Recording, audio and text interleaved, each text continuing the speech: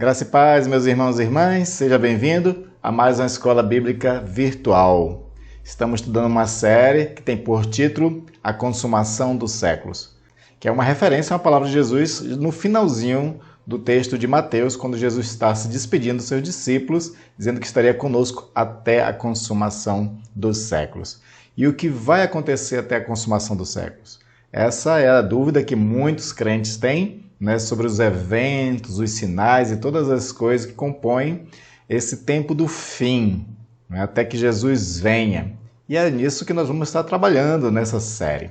Essa já é a nossa terceira aula e eu espero que você possa realmente tirar muitas dúvidas sobre esses temas. Até aqui nós vimos a importância de compreendermos o reino de Deus e o fato de que Jesus reina. Isso é muito importante.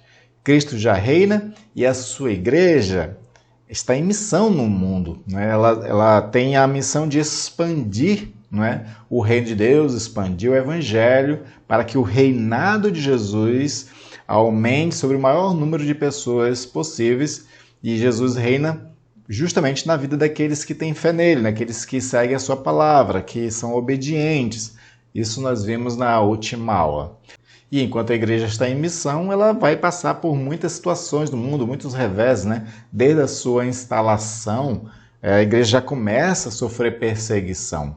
A igreja teve que lidar com problemas e falsas doutrinas dentro dela, Paulo teve que lidar com falsos mestres, falsos profetas, João também, o apóstolo, e muitos outros, Judas também escreve na sua epístola, para que a igreja tivesse cuidado com esses falsos mestres. Mas, enfim, a igreja passa por muita coisa, desde o início, perseguições até o final.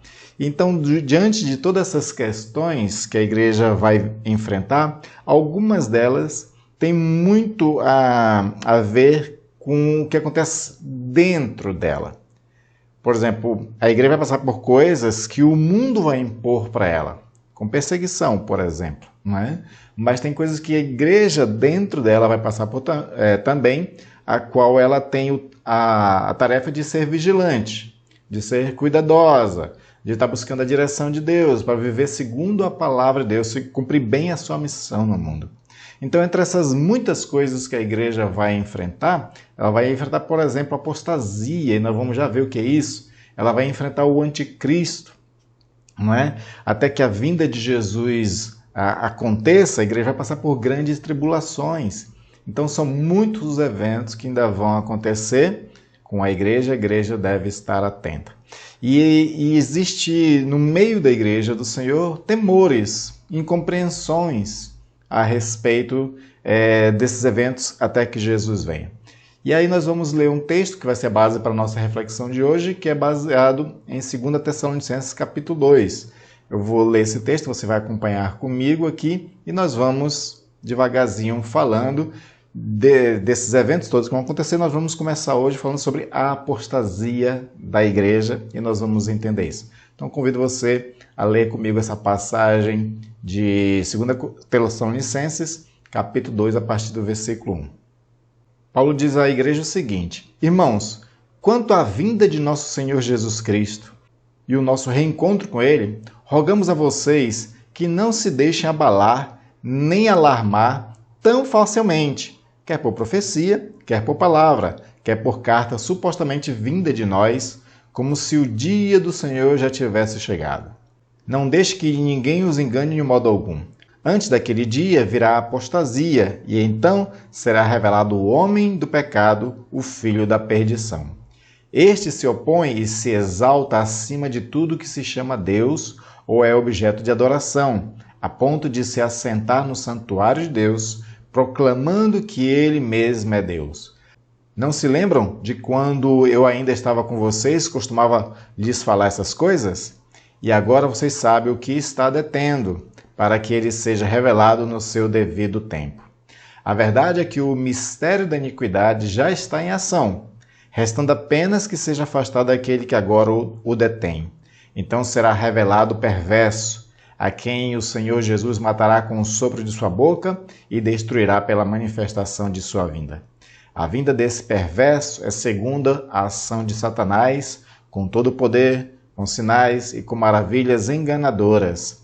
Ele fará uso de todas as formas de engano da injustiça para os que estão perecendo, porquanto rejeitaram o amor à verdade que os poderia salvar.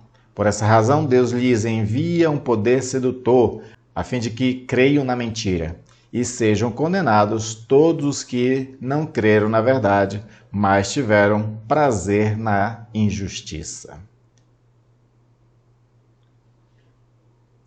Com essa passagem nós vamos refletir, ele fala de muita coisa, nós vamos abordar esse texto hoje e também na próxima aula, porque ele trata de dois assuntos muito importantes que são eventos, são sinais da vinda de Jesus Cristo. Mas antes de a gente refletir, vamos orar ao Senhor pedindo a graça e a sabedoria dele.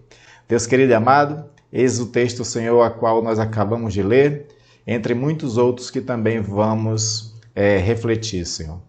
Que o Espírito que inspirou os profetas, os apóstolos a escrever esses textos, seja aquele que nos ensine a entender esses textos, a atentar para aquela verdade que ela ensina e assim nós sermos conhecedores e não sejamos enganados por todo o vento de doutrina errada ou por artimanhas de falsos mestres ou falsos profetas dos últimos tempos.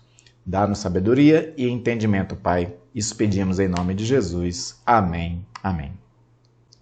Nesse texto que nós acabamos de ler, Paulo está advertindo a igreja de Tessalônica a respeito de alguns erros. Então ele fala no começo que a igreja tem que ficar calma, ela não tem que se abalar por qualquer coisa que andam dizendo por aí. Porque uma das compreensões que aqueles crentes tinham naquele período é de que Jesus viria logo.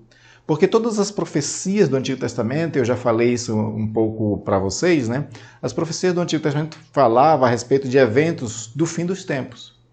E Jesus inaugura esses eventos do final dos tempos.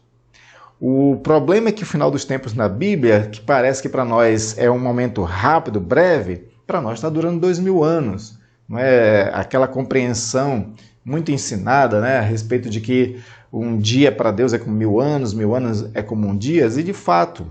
Então, os últimos dias é inaugurado por Jesus e vai até a consumação dos séculos. Então, baseado nessa mentalidade de não entender que o final dos tempos poderia durar tanto tempo assim, eles já aguardavam Jesus no seu período, na sua época. E o que isso quer dizer? Isso quer dizer que qualquer evento que acontecesse, eles já interpretavam como algum fator, algum sinal, alguma coisa que determinaria o final de tudo. A vinda já de Jesus e a instalação, né, do reino eterno. E na época deles já estavam passando por perseguição, que era uma característica que eles interpretavam como já uma característica do final dos tempos e que Jesus viria logo. Né? Se você observa lá em Atos dos Apóstolos, por exemplo, no capítulo 6, Estevão ele é apedrejado, e aí no capítulo 7 em diante vem uma grande perseguição sobre os cristãos. Paulo, inclusive, né, que estava lá presente no apedrejamento de Estevão, ele recebe autoridade depois de perseguir os cristãos. E começa essa grande onda de perseguição aos cristãos, de morte. E aí os irmãos, ao sofrer essas situações, interpretavam que de fato Jesus já estava às portas, que ele já ia vir, já ia instalar o seu reino eterno. Então, diante dessa realidade, e isso gerava confusão no meio da igreja, então Paulo resolve, né, trabalhar com esses irmãos. Então, Paulo vai dizer para ele: rogo a vocês que não se deixem abalar nem alarmar. Isso no versículo 1 ao versículo 3 ele começa falando sobre isso. Porque às vezes a ansiedade e o mau conhecimento vai gerando equívocos. Então, 2 equívocos já estavam sendo cometidos pela igreja daquele período e que interessante, acontece também até hoje, mesmo tipo de equívoco. Que equívocos são esses? Primeiro é o equívoco de querer marcar uma data. Né? Lembra quando Jesus está ali no finalmente com os discípulos, né? No início lá de Atos, capítulo 1, aí o discípulo aproveita o momento para perguntar de Jesus: é agora que o Senhor vai restaurar, né? Deus vai restaurar o reino a Israel? Então eles queriam data. E aí Jesus diz: não compete a vocês saberem, né, as datas que o próprio Deus determinou, o tempo que Deus determinou pela sua própria vontade. Mas o ser humano sempre tende a querer marcar data, querer marcar um período, será em tal período que vai acontecer. Isso já estava acontecendo. Era um dos equívocos que já estava acontecendo. O segundo equívoco é a questão de ignorar sinais. Existiam os sinais que deveriam realmente ser atentos. E existiam muitos sinais que não deveriam. Por exemplo, quando Jesus começa o seu sermão escatológico, lá em Marcos capítulo 13, Mateus 24, né? A primeira coisa que Jesus fala é o seguinte, ele diz assim, tenham cuidado que ninguém vos engane. Então ele fala que vai vir falsos mestres, falsos cristos, falsos profetas, haveria guerras em vários lugares, terremotos. Aí ele diz que haveria bastante coisas e ele diz o seguinte, mas ainda não é o fim.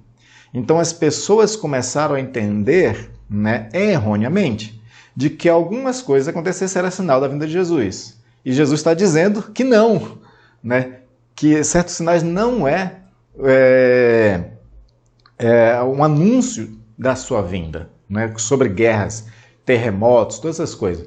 E é interessante que ao longo da história da igreja, a igreja cometeu, né, mesmo tendo o evangelho, tendo as palavras de Jesus, tendo as palavras de Paulo, continuaram cometendo esses equívocos de querer marcar data e de ignorar os verdadeiros sinais. Se alarmar, se abalar com sinais falsos. Quantas vezes não houve guerra na história da humanidade, no Ocidente, principalmente onde o cristianismo impera, em que as pessoas, por causa daquelas guerras, acharam que já era o final do tempo. A peste negra, por exemplo, lá no final da era medieval, né, que matou muita gente, mas muita gente mesmo, o pessoal começou a interpretar que era o final dos tempos. Então, esses sinais são os sinais errados e as pessoas querem marcar data de forma errada. Recentemente, né, eu acho que a maioria de vocês devem lembrar desse evento que aconteceu nos Estados Unidos, que foi a derrubada, né, dois aviões bateram naquelas grandes torres lá, chamadas Torres Gêmeas, né, do World Trade Center, e aí veio abaixo esses prédios, aí pronto, houve um alarme no mundo. Eu me lembro que naquela época eu vi muito na internet, muita gente querendo interpretar à luz daquele evento, coisas do texto bíblico do Antigo Testamento, querendo encaixar, né, aqueles eventos com coisas do Antigo Testamento e dizer, pronto, é o final dos tempos. Né? Isso foi em 2001. Nós já estamos em 2023, né? e nada, logo depois daquele evento, aconteceu. Essa é uma tendência do ser humano e nós temos que ter cuidado com essa tendência do ser humano. Então, é muito importante isso que Paulo está dizendo aqui, em 2 Tessalonicenses, capítulo 1, capítulo 2, versículo 1 a 3. Eu vou ler para você aí na tela para a gente guardar bem no coração essas palavras. Olha o que diz. Rogamos a vocês que não se deixem abalar nem alarmar tão facilmente, quer por profecias, quer por palavras, quer por carta supostamente vinda de nós, como se o dia do Senhor já estivesse chegado. Não deixe que ninguém os engane de modo algum. Então ele está pedindo para a igreja não se alarmar, não se abalar com qualquer coisa que possam surgir, até coisas supostas dos discípulos. De vez em quando surge aí algum achado, né, de epístola de algum apóstolo antigo, né, cartas, não sei o quê, e aí o pessoal se assusta. Né? A gente tem que ter muito cuidado porque nós reformados, nós presbiterianos, temos a tendência de só pautar a nossa fé e a nossa doutrina baseado naquilo que a gente chama de textos canônicos inspirados, que é o que nós temos nas nossas Sagradas Escrituras. Né? Qualquer texto fora esses que já estão na nossa Bíblia, eles têm validade histórica, pode ser analisado de outras formas, mas não como um texto inspirado, e principalmente se esses textos já vai e contradiz alguma coisa que tem no textos que nós temos como Bíblia Sagrada. Né? A gente não crê. E aí nessa passagem, então, Paulo fala para não se abalar com qualquer coisa que pudesse surgir, né? Como se fosse algo supostamente vindo deles, né? A respeito do dia do Senhor. O dia do Senhor é uma expressão que é teológica, vem desde o Antigo Testamento, que era um dia em que o Senhor ia julgar o mundo inteiro. né? Tinha o dia do Senhor que julgava Israel, mas aí essa expressão ela é melhor entendida para julgar o mundo inteiro, quando Deus de fato vem para julgar tudo. Julgar o anticristo, julgar todas as nações, né? Isso é chamado de o grande trono branco, né? Só que esse dia do Senhor, que é só uma expressão teológica, não é um dia específico, né? É uma expressão teológica para esse final do tempo definitivo, né? O derradeiro mesmo, quando começar a acontecer muito daqueles eventos do Apocalipse e o trono branco, o julgamento final, né? Então as pessoas estavam alarmadas, dizendo que o dia do Senhor já estivesse chegado. E aí Paulo finaliza dizendo, não deixe que ninguém os engane de modo algum, né?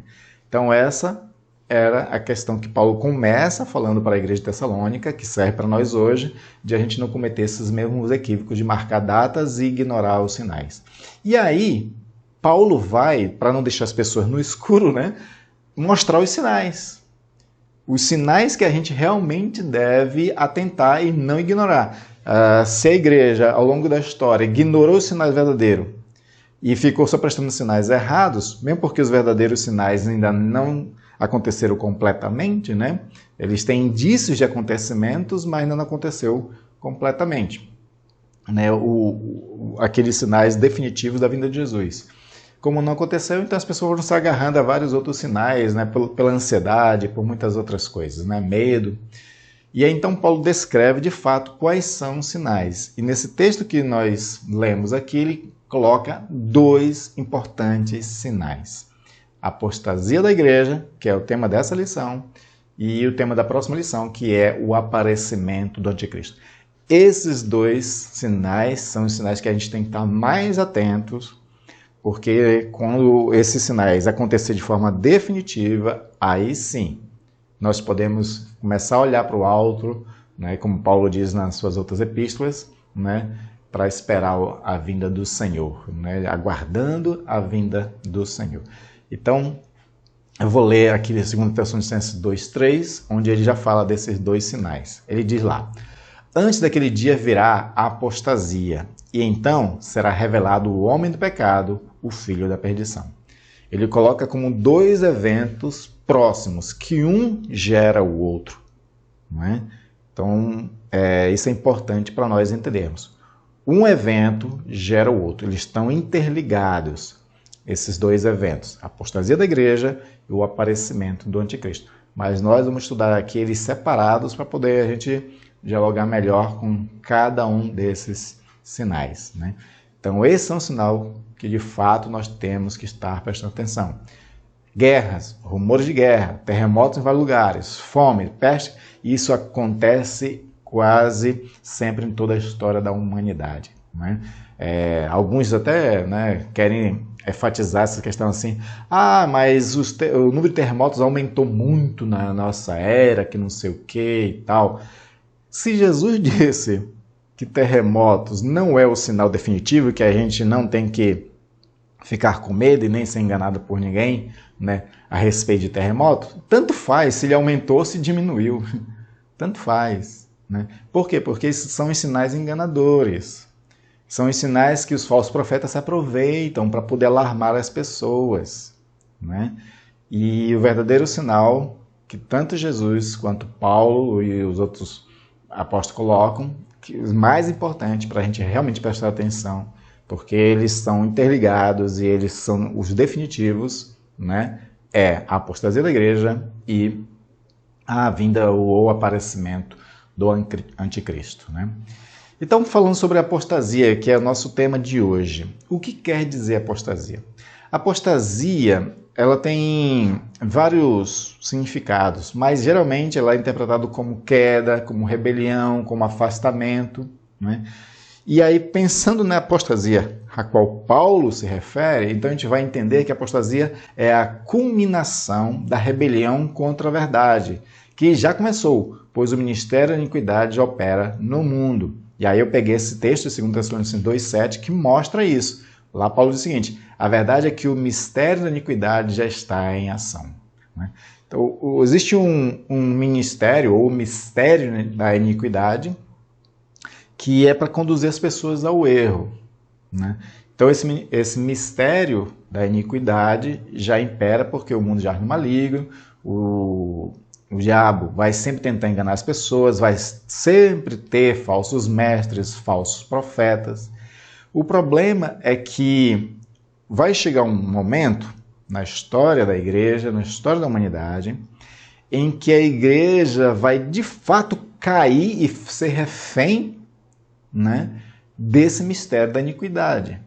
Então vai chegar esse momento, ela já começou, mas vai chegar o ápice, aquele momento que é o cume, né, dessa apostasia, desse abandono de fato da igreja, né, que é como conhecemos de apostasia. E a apostasia então vai ser esse abandono da igreja, vai ser essa rebelião da igreja contra o quê?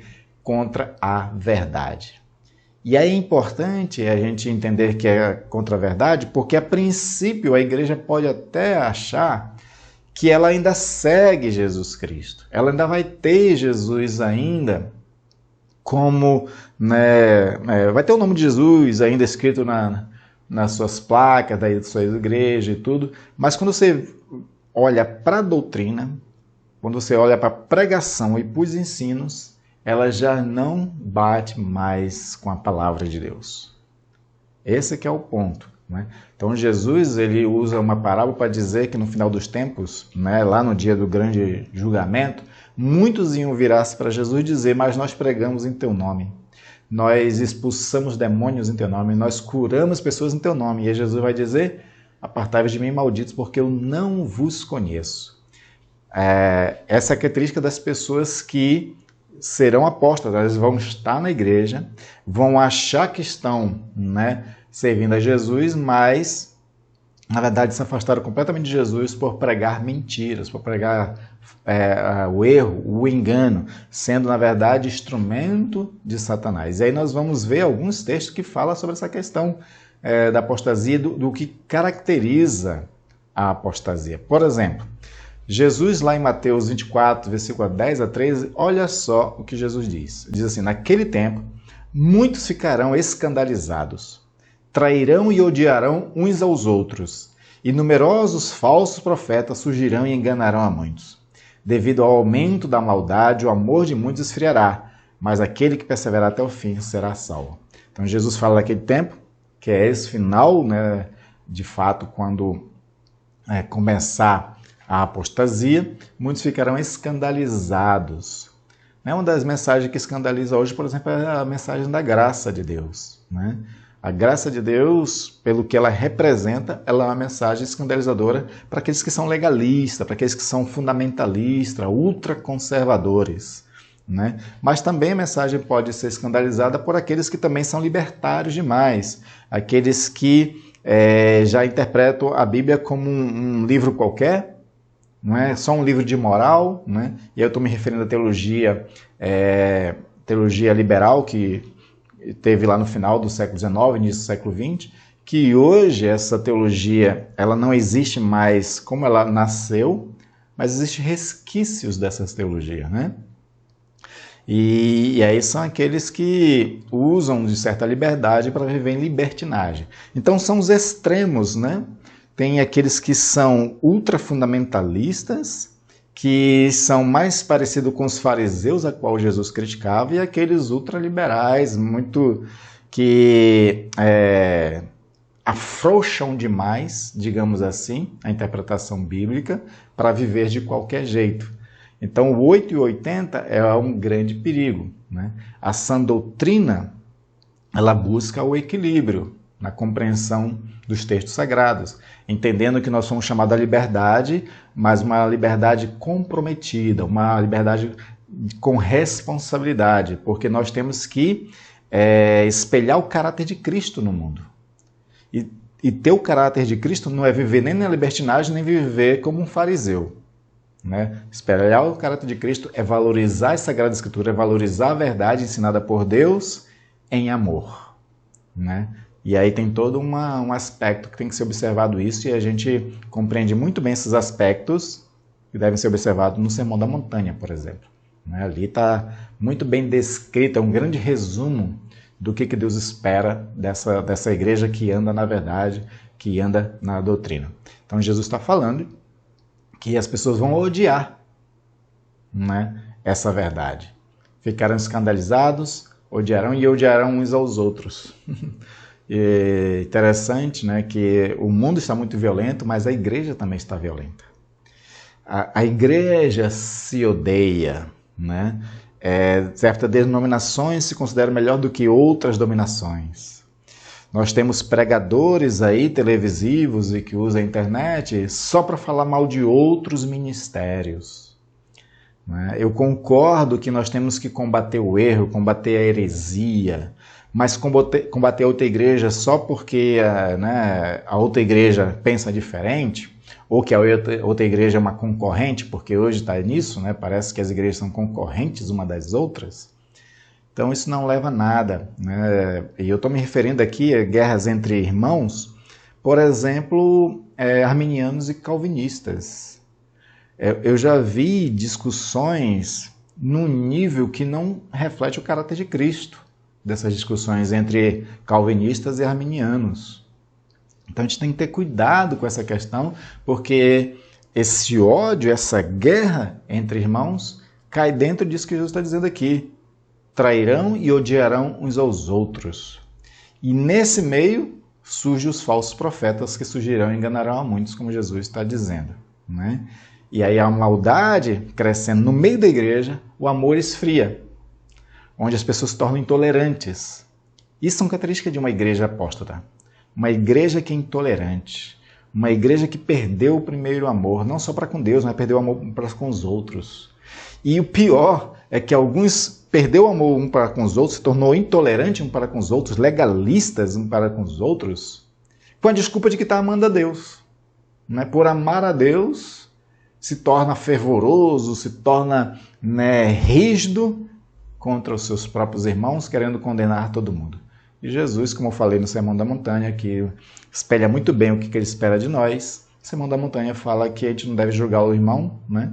Que a gente não deve tirar lá um ciscozinho que está no olho de alguém, sendo que no nosso olho pode ter uma trave, né? O que quer dizer uma coisa maior do que o erro do outro. Então a gente tem que ter cuidado. Isso aqui já são características que Jesus coloca, né, desse final dos tempos, onde a igreja também ia começar a abandonar o amor, abandonar a verdade e se voltar aí e ser enganada por muitas pessoas. E aí nós vamos ver a característica principal, né, dessa apostasia. A característica principal da apostasia é o abandono da sã doutrina e da verdade. Essa é a principal característica da apostasia. Abandonar a sã doutrina e abandonar a verdade. E aí eu vou ler alguns textos. O primeiro texto, Tessalonicenses, capítulo 2, versículo 10 a 12, onde diz o seguinte: porquanto rejeitaram o amor à verdade, que os poderia salvar. Por essa razão, Deus lhes envia um poder sedutor, a fim de que creiam na mentira e sejam condenados todos os que não creram na verdade, mas tiveram prazer na injustiça. Ou seja, chegará um tempo, até nós vamos já lá ler um texto de Paulo que fala sobre isso, que as pessoas vão rejeitar o amor à verdade. Né? E por rejeitar o amor à verdade, o próprio Deus vai permitir que essas pessoas sejam seduzidas pela mentira. E quando nós formos ver sobre o anticristo, nós vamos ver que o anticristo vai ter a maior habilidade, o maior poder do anticristo, eu sempre disse isso em pregações, é o poder da mentira. Ele é o pai da mentira. Né? O anticristo ele terá uma capacidade muito grande de levar as pessoas ao erro. O texto que nós vamos dar ênfase na próxima aula é de que ele terá um ministério da mentira, né? Com grande força para enganar a igreja do Senhor. E aí vai ser facilmente enganado esses que rejeitam, né? Que rejeitam a verdade, que perdem o amor à verdade. E nós vivemos um período em que isso já pode acontecer. Desde 2016, sociólogos, filósofos e alguns teólogos já estão trabalhando essa questão de que nós vivemos na era da pós-verdade. Né? Um amigo meu estava até mostrando a diferença de temporalidades. Né? Então nós tivemos até um período da história da humanidade, né, até o início do século XX, que vai do século XV, XVI até meados do século XX, nós vamos ter um período da humanidade que era o período voltado para a razão. A gente estava voltado para as coisas racionais, eram as ciências crescendo, as disciplinas, né? E as pessoas eram voltadas para a razão. Aí, de meados do século XX para cá, começou a crescer a pós-modernidade. A pós-modernidade já não está tão preocupada assim com a razão, né? Apesar de que existia permanências da racionalidade, mas muitas pessoas se voltaram para a experiência. A pós-modernidade era a era da experiência. As pessoas não estavam tão preocupadas assim com o que era racional, mas aquilo que elas podiam experimentar, né? Então, foi quando começou a era do relativismo, né? O relativismo é isso, se uma coisa que eu experimento me faz sentir bem, essa é a minha verdade, né? E aí a pós-verdade é fruto dessa era pós-moderna. A pós-verdade é aquilo que verdade é o que me interessa, verdade é o que me é conveniente, verdade é o que faz sentido para mim.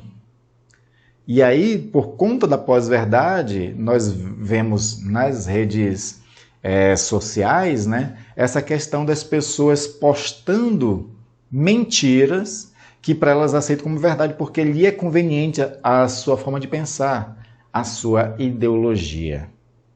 É esse que é o problema. Nós vivemos nessa era, na era da pós-verdade, onde as pessoas aceitam como verdade somente aquilo que lhe é conveniente. Tanto faz, né, se ela é verdade ou não para todo mundo. Se é para ela, é o que interessa, não é? E esse é um problema, nós vamos já ver por quê.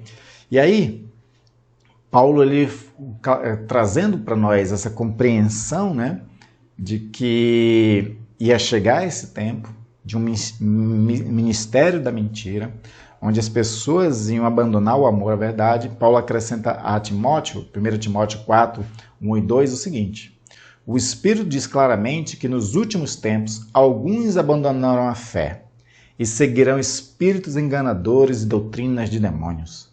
Tais ensinamentos vêm de homens hipócritas e mentirosos que têm a consciência cauterizada.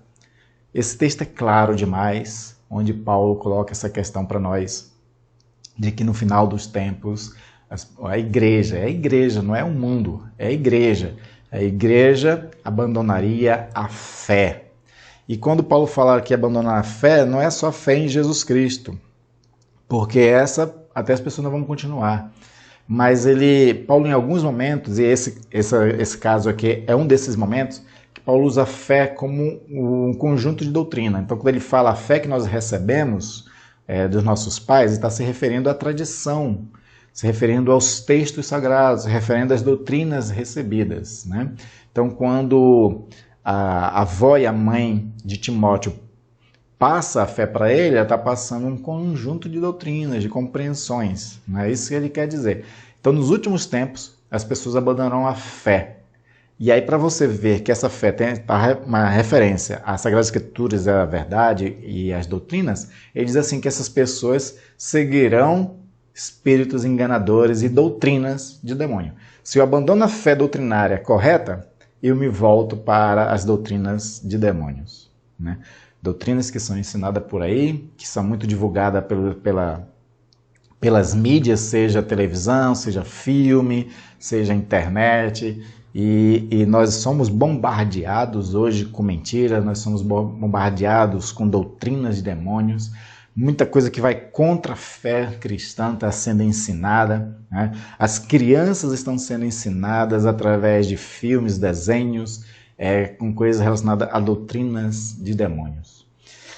Eu costumo sempre dizer que nós temos que aprender a boa doutrina para poder, quando vermos a falsa, a gente já refutar fácil, né? As pessoas caem na falsa doutrina quando elas abandonam a verdade, quando abandonam aquilo que é ensinado pelas Sagradas Escrituras. Então a gente tem que aprender mais das Sagradas Escrituras, estudá-la com seriedade, aprender das Sagradas Escrituras, amar, né, as Sagradas Escrituras e a verdade ensinada nela, para que a gente não caia na operação do erro, que vai acontecer também, né, quando surgir o anticristo. Outro texto que eu quero ler, para deixar mais clara ainda essa característica da apostasia, que é o abandono da sã doutrina e da verdade, 2 Timóteo 4, 3 e 4, que cai dentro daquilo que eu falei da questão da pós-verdade. Olha só o que Paulo diz. Pois virá o tempo em que não suportarão a sã doutrina. Pelo contrário, sentindo coceira nos ouvidos, segundo seus próprios desejos, juntarão mestres para si mesmos. Eles se recusarão a dar ouvidos à verdade, voltando-se para os mitos. Esse texto aqui é muito claro, uma referência à época que nós vivemos, que é da pós-verdade, onde as pessoas não suportam a sã doutrina. Elas se recusam a ouvir sã doutrina. Elas sentem coceira nos ouvidos, né? Que é uma espécie de perturbação, né? Que a pessoa está sentindo ali. É o incômodo com a sã doutrina. E ela vai seguir, né? Segundo baseado nos seus próprios desejos. Lembra que eu falei que pós-verdade é você considerar a verdade só aquilo que você ali é conveniente, segundo o seu desejo, segundo suas vontades, né? Aí essas pessoas vão se voltar para quem? Para os mestres que ensinam aquilo que elas querem ouvir, né? Que não vão ensinar a verdade, mas ele coloca aqui que ensinarão os mitos. E aqui a palavra mito, ela tem um sentido de mentira mesmo, né? Porque mito na sociologia ela tem uma interpretação, né?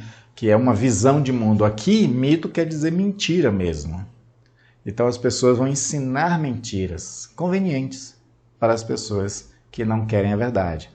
E aí é que vem o grande problema, porque o ser humano, enquanto ele não foi totalmente transformado pelo poder do Evangelho, com a ação do Espírito Santo, ele ainda continua com desejos corrompidos.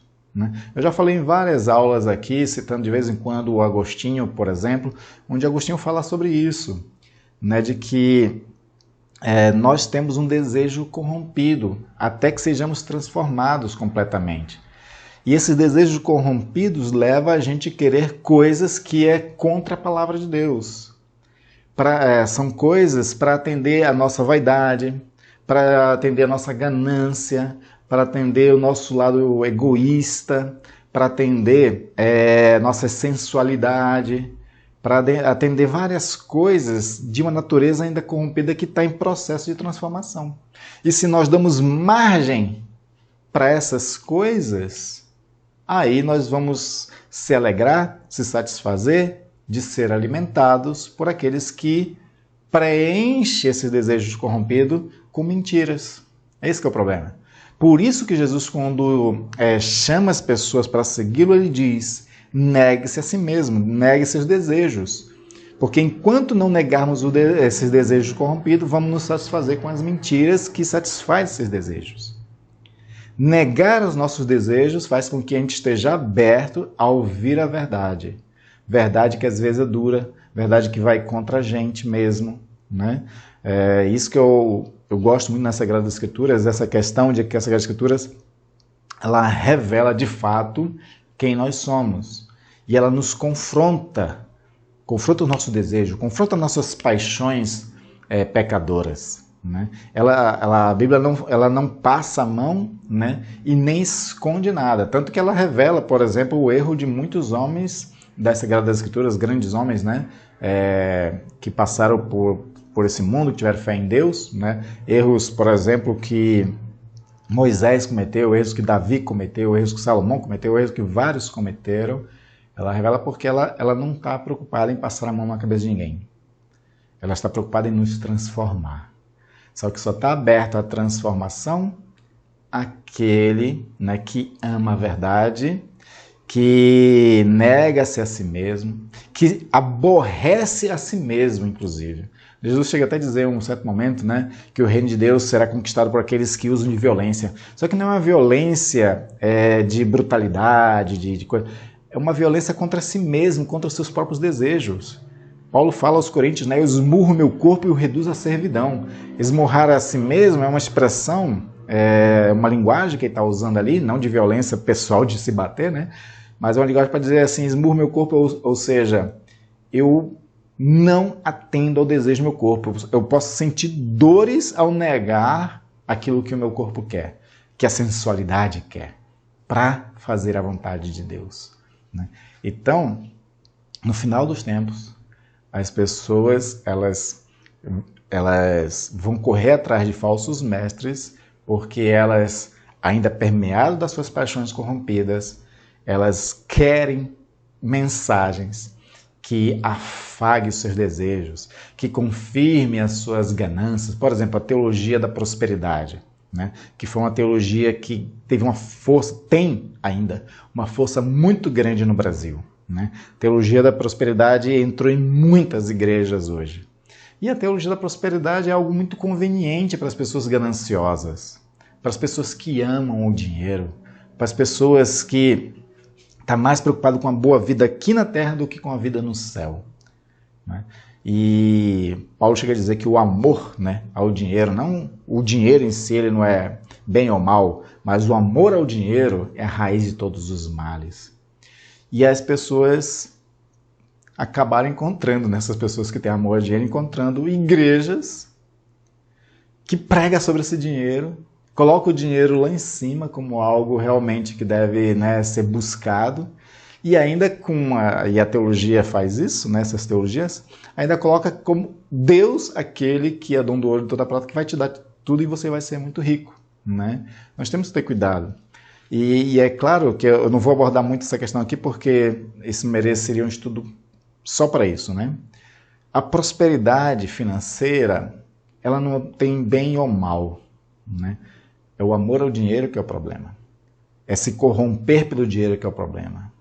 É amar mais o dinheiro do que a fidelidade a Deus que é o problema. Então, ser próspero não seria problema nenhum. Mas ser próspero tem todo o problema para aqueles que amam o dinheiro.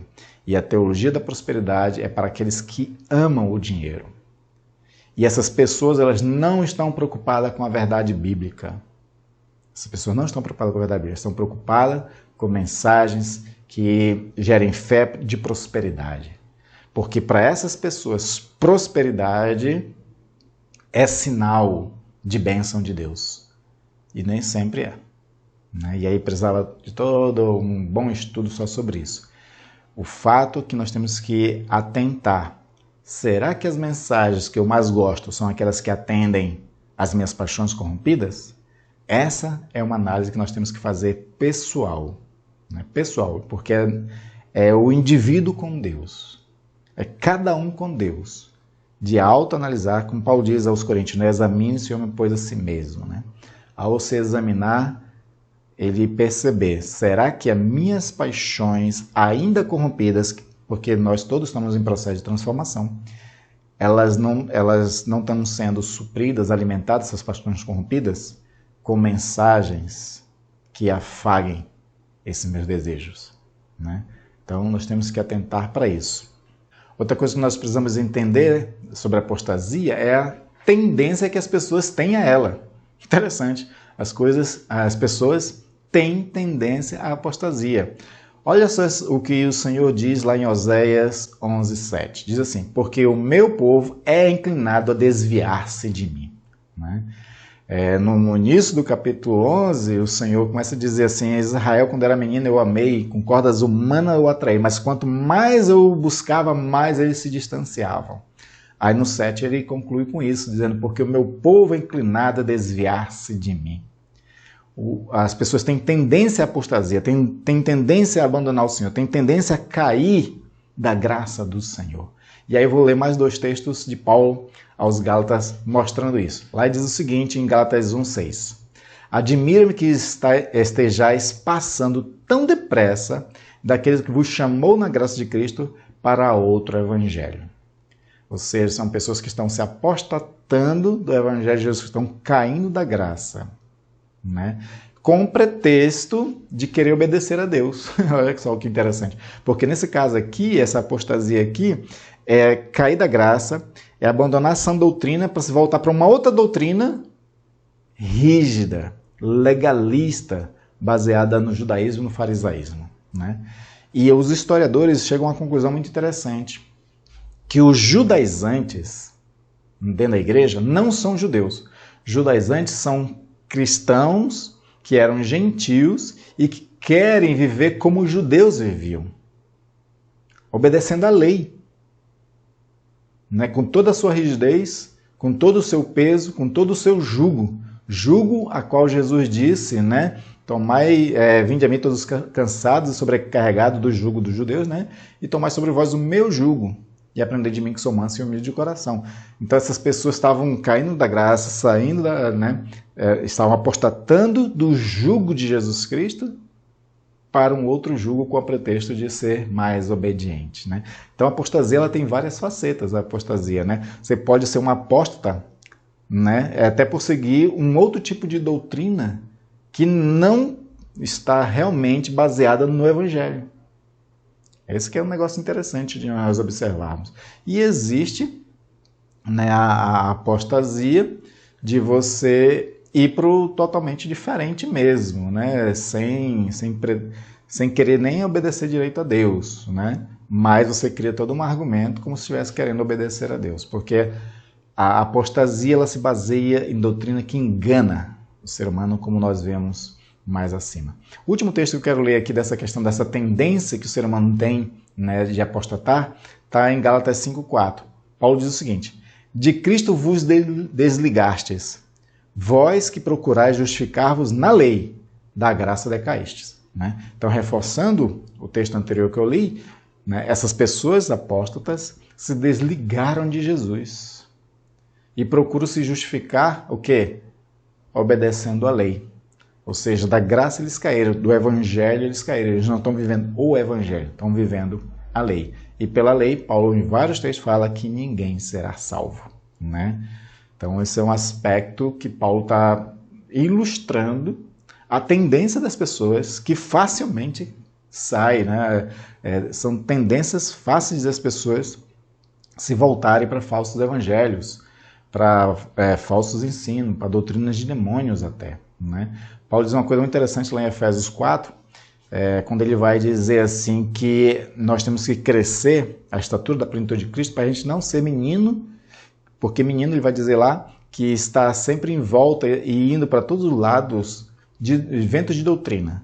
O menino é uma expressão que Paulo está usando ali para falar daquele que não cresceu na fé, não amadureceu na sua fé em Jesus Cristo, no conhecimento de Jesus Cristo, e ele é levado para todos os lados. Como o vento de doutrina assopra, ele é levado. E nós temos que buscar o conhecimento, né? Pedro sempre diz isso, né? Nas suas epístolas ele fala, crescer na graça e no conhecimento do nosso Senhor Jesus Cristo. Crescer na graça e no conhecimento faz com que a gente seja maduro. E ao ser maduro não vai ser levado, né? O maduro é aquele que, como Paulo descreve, ele analisa tudo e retém só o que é bom. Ele sendo maduro por conhecer as Sagradas Escrituras, né? Ele pode analisar tudo e vai detectar onde estão os erros. E só, né, colher aquilo que é proveitoso, aquilo que está conforme as Sagradas Escrituras. Esse é o aspecto do maduro.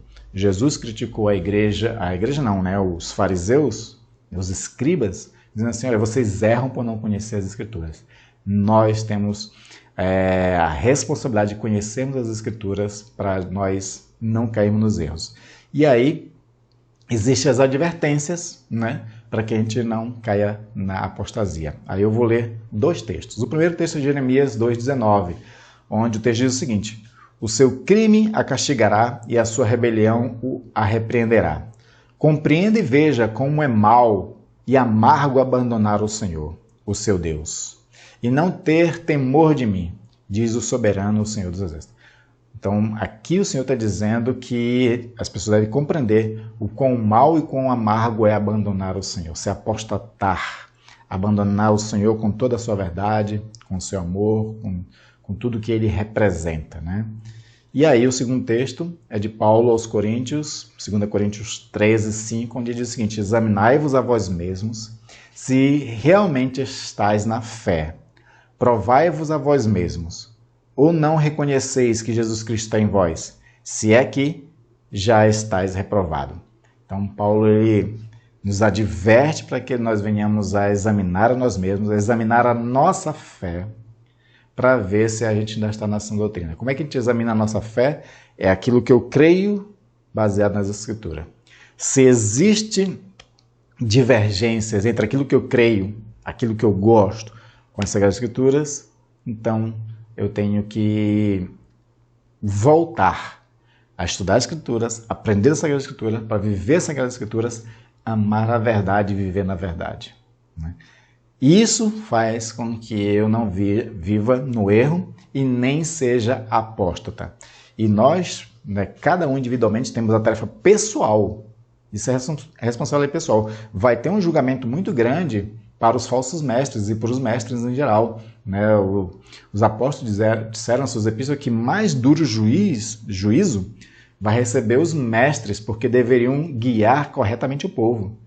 Mas, mesmo os mestres tendo a responsabilidade de guiar bem o povo, segundo a verdade, cada um individualmente também tem a sua responsabilidade de também estudar as Sagradas Escrituras, de também aprender das Sagradas Escrituras, até para poder julgar se a pessoa está ensinando corretamente ou não.